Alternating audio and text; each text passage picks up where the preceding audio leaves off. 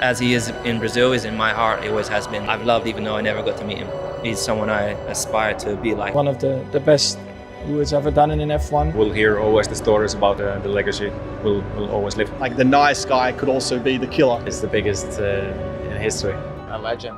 When the conversation of the greatest racing driver of all time is discussed, a few names are always mentioned, but one name seems to stand out from the crowd. A driver known for not only his achievements on the track, but also the impact he made off it. You would be hard-pressed to find anybody today, racing enthusiast or not, who doesn't recognise the name Ayrton Senna. But just how good was he? Well, let's find out, because you're watching QuattroCam. My name's Alex, and this is Just How Good Was Ayrton Senna. Now, one of the biggest question marks over anybody given the moniker the greatest of all time is who they competed against. Often the argument weighing down many great sporting figures is how competitive a time did they exist in. Senna isn't one of these. You see, during his brief time in F1, Senna would race alongside some of the sport's best. Four-time drivers' champion Alain Prost. There is Ayrton Senna, and right behind him is Alain Prost. Now, Prost is going to be very keen. Prost diving inside. Senna, I'm sure, is in tire trouble, and Alain Prost goes through. It's Alain Prost, the world champion, winning in Mexico. Alain Prost wins for Ferrari. Three-time drivers' champion Nelson Piquet. The only other thing he can do is if he makes contact or allows Senna to make contact with him. Senna, you see, moving to the right, making it hard, and Nelson's got round the outside of it. Oh! Big slide from Nelson and nearly contact.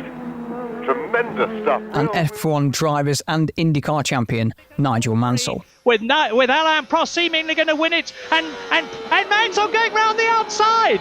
Incredible! Up into second place. He's regained that second place. Absolutely brilliant manoeuvre by Mansell. Fantastically brave.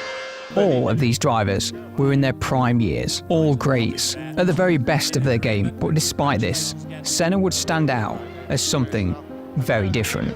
Now, if you look at the stats, they would suggest that Lewis Hamilton, Sebastian Vettel, Michael Schumacher, and one Manuel Fangio were all better than Senna. But if you actually ask racing drivers, including some of those mentioned above, they will all say one name.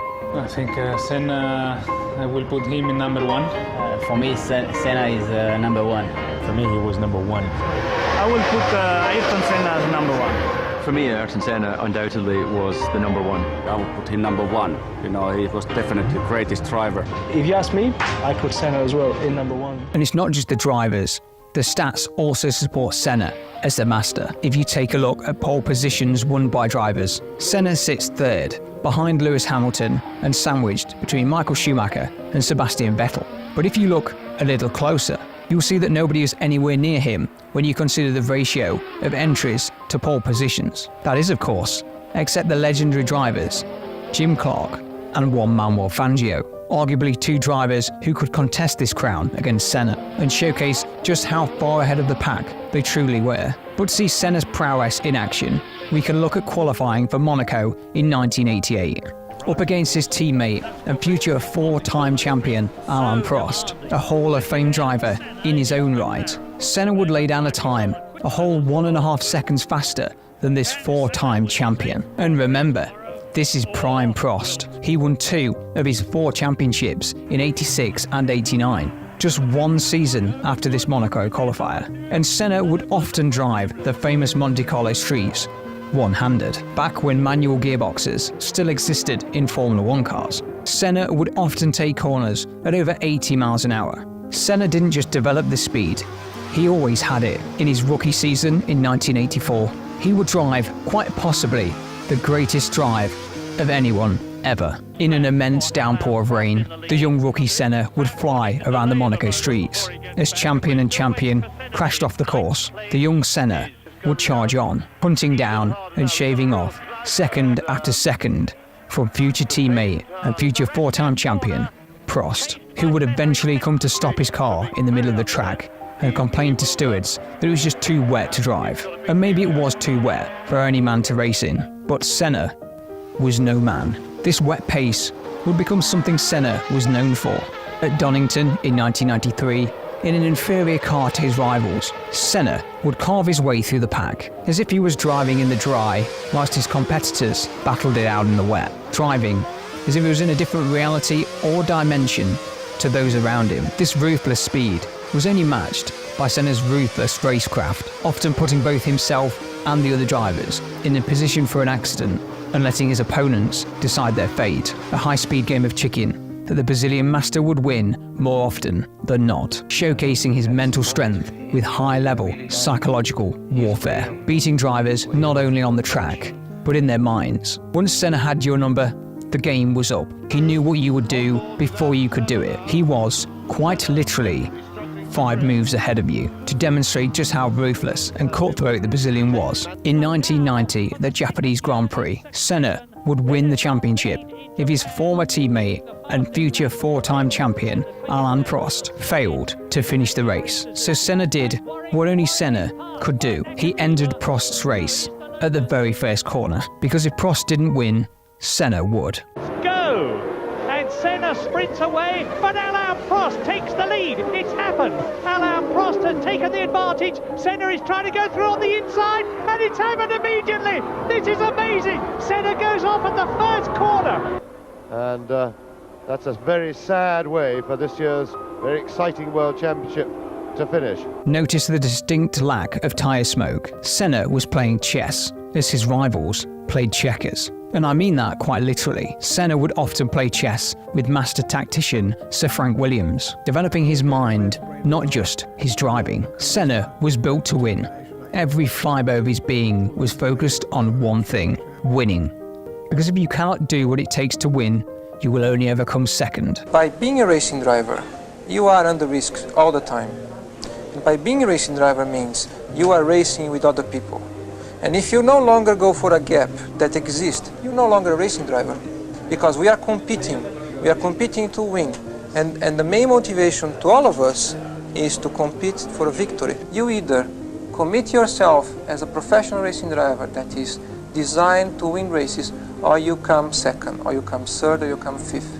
And I'm not designed to come third, fourth, or fifth. I race to win, as long as I feel is possible. It wasn't just speed and ruthlessness that Senna had in his arsenal. He was also an expert tactician. Senna would sit down and discuss every aspect of the car and tracks to make sure that man and machine were as in sync as possible. Senna worked just as hard off the track as he did on it. In an era where racing drivers were like rock and roll stars, Senna remained focused and planted, proving hard work beats talent, and hard work with God-given talent is unstoppable. His race engineer, Pat Simmons, is one of few people who could see this firsthand. There was one area at Dallas where just about everyone hit the wall. He hit it there too. When he got back to the pits, he said, "I just cannot understand how I did that. I was taking it no differently than I had before. The wall must have moved." We thought, yeah, right, sure, the wall's moved. He was very insistent on this, so after the race, we went out and had a look. The wall had moved. It was concrete blocks, and someone had clipped it, moved it just a few millimeters. And I mean just a few millimeters.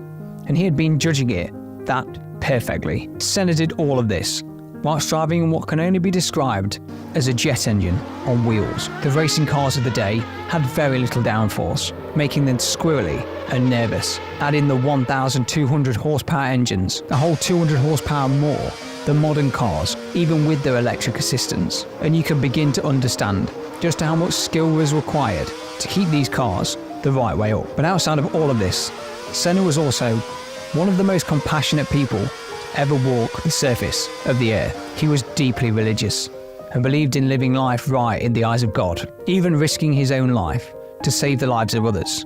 Friday morning was nice and sunny, but not for Eric Comas, who crashed heavily in the fast Blanchimont sweep before the pits. Ayrton Senna was the first to reach the scene of the crash, and he rushed to help the motionless Frenchman.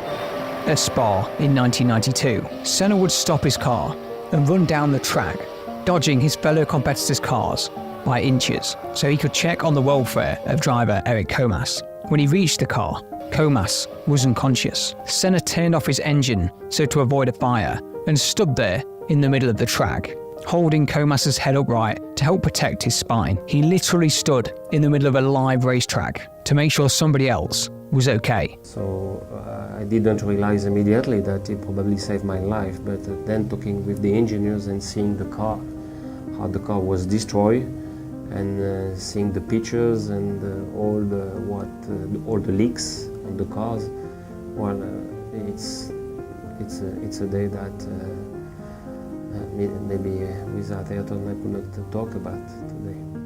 He often talked about starting a charitable foundation to help children back in his home country of Brazil. And this is what added to Senna's magnetism. On one hand, he would run drivers off the track, risking both their lives in the pursuit of the podium. And in the other, he would risk his own life to save that of another driver, sacrificing time and money to improve the lives of those less fortunate than his own. Senna even donated a reported $400 million to children's charities during his career, a fact that was only known after his death because he wanted to avoid the publicity. Senna gave everything he had to those around him. In 1989, Senna and fellow driver Gerhard Berger would walk Imola to see what they could do to improve the course's safety. Stopping at Tamburello Corner, they climbed through a partition in the retaining wall to investigate the surroundings. Senna wanted to move the retaining wall back, but there was a river just behind it. He feared somebody would die in that spot.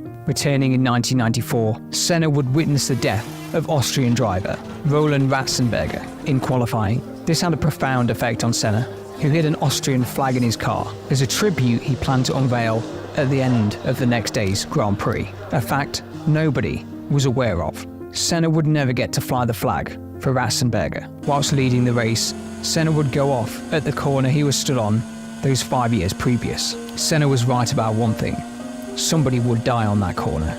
The 1st of May 1994 is probably the most well-known date in F1 history. The world lost quite possibly its greatest driver, and most definitely its greatest son. Senna would continue to save lives after his death. Days of mourning were declared in Brazil, and over 3 million people lined the streets for his funeral procession. Such was the impact of his death. Safety was now front and centre. It had cost the sport possibly its greatest ever driver, something that could not be allowed to happen again. And it is hard to find a word, if one even exists, when you think of all the drivers that have lost their lives needlessly. How it took the death of Senna, and not of any of these other drivers, to really make things change. So Senna was a different species, a driver not only of immense God-given talent, but also immense dedication to his craft, a win-at-all-costs attitude, but with compassion for his fellow drivers and humans. Senna was perhaps the perfect athlete, the perfect human being. So what do you think to the question of just how good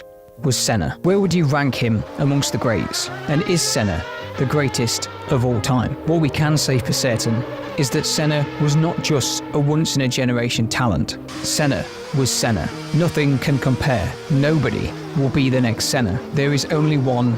There will be only one.